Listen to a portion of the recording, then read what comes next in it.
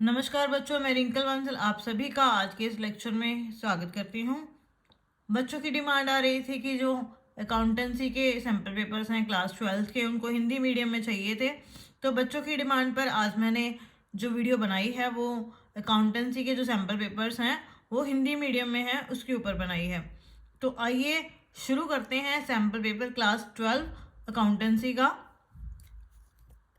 Part 1 and part 2, जिसमें हमारे पास MCQ, filling the blanks, true false और अ सर्टेन रीजन वाले क्वेश्चंस होंगे। फर्स्ट क्वेश्चन है, फर्म के समापन पर सबसे अंत में कौन सा खाता बनाना चाहिए। बच्चों, जो फर्म का समापन हो जाता है तो सबसे अंत में कौन सा खाता बनता है? ऑप्शन है हमारे पास ए वसूली खाता, बी साझेदारों के पूंजी खाते, सी रोकड़ खाता और डी साझेदार का ऋण खाता। बच्चों, सबसे एंड में जो बनाया जाता है वो बनाया जाता है रोकड़ खाता, जब क्या है फर्म का समापन हो जाता है। तो right answer is option C. Second question है, ए बी व सी साझेदार हैं और उनकी जो प्रॉफिट शेयरिंग रेशो है वो 5:2:1 है। यदि ए के अवकाश ग्रहण पर नया अनुपात 3:2 हो तो लाभ प्राप्ति अनुपात क्या होगा? बच्चों, ए जो है वो हमसे क्या हो रहा है, रिटायर हो रहा है, ठीक है। उसके रिटायरमेंट के बाद जो बी और सी हैं उनकी जो रेशो है आपस की वो 3:2 होगी। तो अब यहाँ पर हमने लाभ प्राप्ति अनुपात यानी गेनिंग रेशो निकालनी है। बच्चों, गेनिंग रेशो का फॉर्मूला क्या होता है? New ratio minus old ratio. यहाँ पर न्यू रेशो है 3:2, ओल्ड रेशो है 5:2:1। तो हम क्या करेंगे, इसमें से नई रेशो में से पुरानी रेशो क्या करेंगे, माइनस कर देंगे। बच्चों, जब सॉल्व करेंगे 3/5 में से हम माइनस करेंगे 2/8, 40 एलसीएम आ गया। 8×3 = 24 - 5×2 = 10। तो इसको सॉल्व करके कितना आ गया, 14/40। उसके बाद जो सी है उसको कितना गेन हुआ वो कैसे निकालेंगे, 2/5 में से माइनस कर देंगे 1/8। तो सॉल्व करके आ जाएगा 11/40। तो ये 14/40 और 11/40 की रेशो निकालेंगे तो कितना आ जाएगा, 14:11। तो ये हमारा कौन सा ऑप्शन है, ऑप्शन डी। तो इसका राइट आंसर क्या आएगा, 14:11।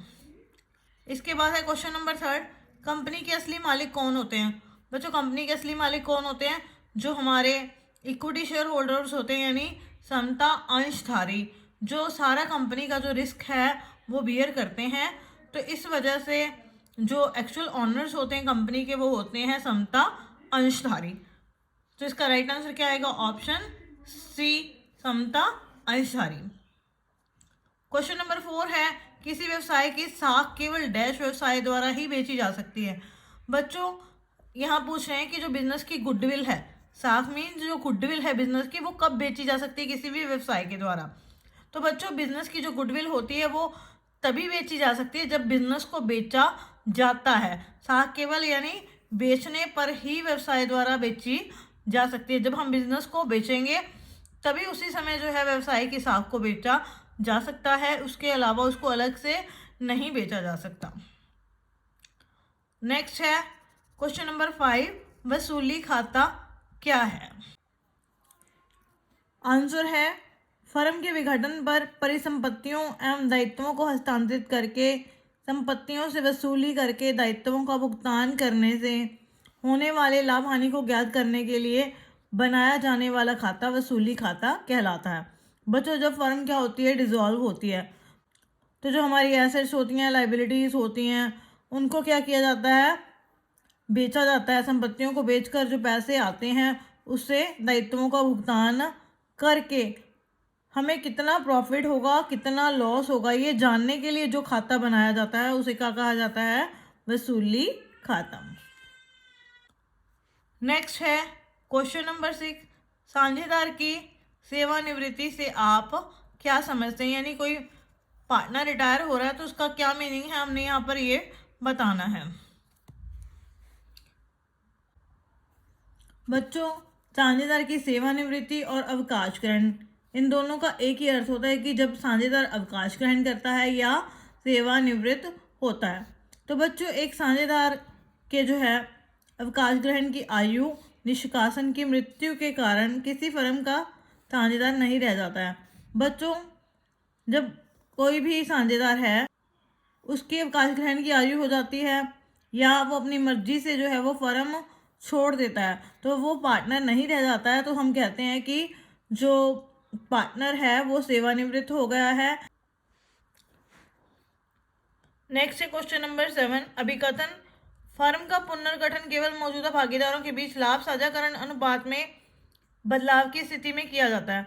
बच्चों यहाँ पर वो कह रहे हैं कि फर्म का रिकॉन्स्टिट्यूशन सिर्फ एक ही रीजन में होता है, जब पार्टनर्स के बीच में प्रॉफिट शेयरिंग रेशियो में कोई चेंज आता है। बच्चों फर्म का जो रिकॉन्स्टिट्यूशन है इसके अलावा भी बहुत सारी सिचुएशंस में होता है, जैसे कि कोई नया पार्टनर आ गया, कोई पुराना पार्टनर चला गया। लेकिन यहाँ कह रहे हैं कि सिर्फ एक ही रीज़न है। बच्चों ये बहुत सारे रीजंस होते हैं, एक रीज़न नहीं होता है, तो इसका मतलब जो ये असर्टन है ये गलत है। कारण साझेदारी के मौजूदा समझौते में कोई भी बदलाव फर्म का पुनर्गठन है। यहाँ कह रहे हैं कि पार्टनरशिप एग्रीमेंट में अगर कोई भी बदलाव आता है तो इसका मतलब वो फर्म का क्या है, रिकॉन्स्टिट्यूशन है। बच्चों बिल्कुल ठीक है, अगर हमारी जो एग्रीमेंट है पार्टनरशिप की उसमें कोई भी चेंज आता है ना, तो हमारी जो फर्म है उसका रिकॉन्स्टिट्यूशन हो जाता है, तो ये बिल्कुल ठीक है। तो ए जो है वो गलत है, रीज़न जो है ठीक है। तो इसका राइट आंसर क्या आएगा, ऑप्शन डी। ए गलत है लेकिन आर सही है। नेक्स्ट है क्वेश्चन नंबर 8, बैंक में शेष राशि वसूली खाते में स्थानांतरित की जाती है, ये असर्टन है। बच्चों जो बैंक का बैलेंस होता है कभी भी वो रियलाइजेशन अकाउंट में ट्रांसफर नहीं होता, लेकिन ये कह रहे हैं कि ये ट्रांसफर की जाती है, तो ये गलत है, असर्टन। रीजन क्या है, बैंक में शेष राशि की वसूली नहीं होनी चाहिए, बल्कि वर्तमान रूप में ही ये वितरित की जानी चाहिए। बच्चों ये बिल्कुल ठीक है, क्योंकि जो बैंक का बैलेंस होता है वो ऑलरेडी रियलाइज ही होता है, वो कैश की फॉर्म में होता है, तो जैसे वो कैश की फॉर्म में है उसको हम वैसे ही क्या कर देते हैं, डिस्ट्रीब्यूट कर देते हैं। तो इसका मतलब ये क्या है, बिल्कुल ठीक है, लेकिन जो सर्टन है वो हमारे पास गलत है। तो इसका राइट ऑप्शन क्या आएगा, ऑप्शन डी। अभिकथन ए सही नहीं है लेकिन कारण आर सही है। नेक्स्ट क्वेश्चन है, ऋण पत्र शोधन पर प्रीमियम डैश खाता है। बच्चों जो प्रीमियम ऑन रिडम्पशन है ऑन डिबेंचर्स, वो पूछे कौन सा अकाउंट है। बच्चों वो कौन सा अकाउंट होता है, पर्सनल अकाउंट यानी व्यक्तिगत खाता। बच्चों नेक्स्ट है हमारे पास पार्ट बी, वित्तीय विवरणों का विश्लेषण। बच्चों ये सभी बच्चों को सॉल्व नहीं करना है एग्जाम में। जिन बच्चों ने वित्तीय विवरणों का विश्लेषण ये वाली बुक खरीदी है, इसमें से तैयारी कर रहे हैं, सिर्फ वही लेंगे। जिन्होंने कंप्यूटराइज्ड अकाउंटिंग ली है वो पार्ट बी नहीं सॉल्व करेंगे, वो पार्ट सी सॉल्व करेंगे एग्जाम में। तो आइए पार्ट बी करते हैं सॉल्व। क्वेश्चन नंबर 23, तरल अनुपात डैश से विभाजित तरल संपत्ति के बराबर है। बच्चों यहाँ पर पूछ रहे हैं कि जो तरल अनुपात है वो कैसे आएगा। तरल संपत्तियों को किससे हमें क्या करना पड़ेगा, विभाजित यानी डिवाइड करना पड़ेगा। ए ऑप्शन है वर्तमान देनदारियां, बी कुल देनदारियां, सी आकस्मिक देनदारियां और डी गैर वर्तमान देनदारियां। बच्चों जो हमारे पास तरल अनुपात है वो कैसे आता है, जब तरल संपत्तियों को उनकी वर्तमान देनदारियों से डिवाइड किया जाता है। तो इसका राइट आंसर क्या आएगा, ऑप्शन ए वर्तमान देनदारियां। उसके बाद है क्वेश्चन नंबर 24, कार्यशील पूंजी डैश है। बच्चों कार्यशील पूंजी क्या होती है, यानी वर्किंग कैपिटल क्या है, current assets minus current liabilities. तो यहाँ पर ऑप्शन है बैंकों से उधार ली गई पूंजी, ए ऑप्शन। बी ऑप्शन है वर्तमान परिसंपत्तियों वर्तमान देनदारियों के बीच में अंतर। सी वर्तमान परिसंपत्तियों और अचल संपत्तियों के बीच में अंतर। डी नकद और बैंक बैलेंस। बच्चों इसका राइट आंसर क्या आएगा, ऑप्शन बी वर्तमान परिसंपत्तियां यानी करंट एसेट्स, वर्तमान देनदारियां मतलब करंट लाइबिलिटीज, उनके बीच में जो डिफरेंस होता है वो क्या कहलाता है, वर्किंग कैपिटल यानी कार्यशील पूंजी। बच्चों नेक्स्ट क्वेश्चन है क्वेश्चन नंबर 25, नकदी प्रवाह विवरण नकदी के डैश का कारण बताता है। बच्चों यहाँ पर पूछ रहे हैं कि जो रोकड़ प्रवाह विवरण यानी नकदी प्रवाह विवरण है उससे हमें क्या पता लगता है, नकदी के डैश का कारण बताता है।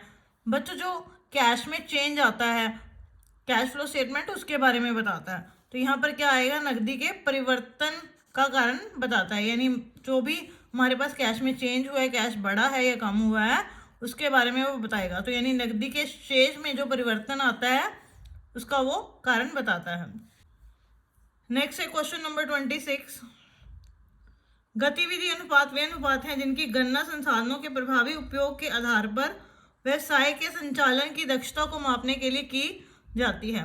तो बच्चों बिल्कुल ठीक है, जो गतिविधि अनुपात होते हैं वो क्या होते हैं, जो भी हमारे जितने रिसोर्सेज हैं लॉन्ग टर्म में, वो ये देखने के लिए कि उनका सही तरीके से उपयोग हो रहा है बिजनेस में या नहीं हो रहा। तो इसका मतलब ये अभिकथन बिल्कुल ठीक है। उसके बाद है कारण आर वर्तमान अनुपात और त्वरित अनुपात तरलता अनुपात हैं। बच्चों ये भी बिल्कुल ठीक है। करंट रेशो और लिक्विडिटी रेशो ये जो है हमारे पास तरलता अनुपात हैं। लेकिन बच्चों ये दोनों तो ठीक हैं, लेकिन इनका आपस में कोई लिंक नहीं है। जो रीजन आर है वो ए जो अभिकथन है उसको एक्सप्लेन नहीं कर रहा है। तो इसका राइट आंसर क्या आएगा कि दोनों सही हैं, केवल जो आर और ए हैं वो सही हैं, लेकिन आर जो है उसका ए का सही स्पष्टीकरण नहीं है। तो इसका आंसर क्या आएगा, ऑप्शन ए। इसके बाद है क्वेश्चन नंबर 27। लाभांश का भुगतान किस पर किया जाता है बच्चों? ए ऑप्शन अधिकृत पूंजी, बी जारी पूंजी, सी आहतु पूंजी और डी चुकता पूंजी। बच्चों जो डिविडेंड होता है वो हमेशा पेड अप कैपिटल के ऊपर ही दिया जाता है। पेड अप कैपिटल यानी चुकता पूंजी। तो इसका राइट आंसर क्या आएगा, ऑप्शन डी।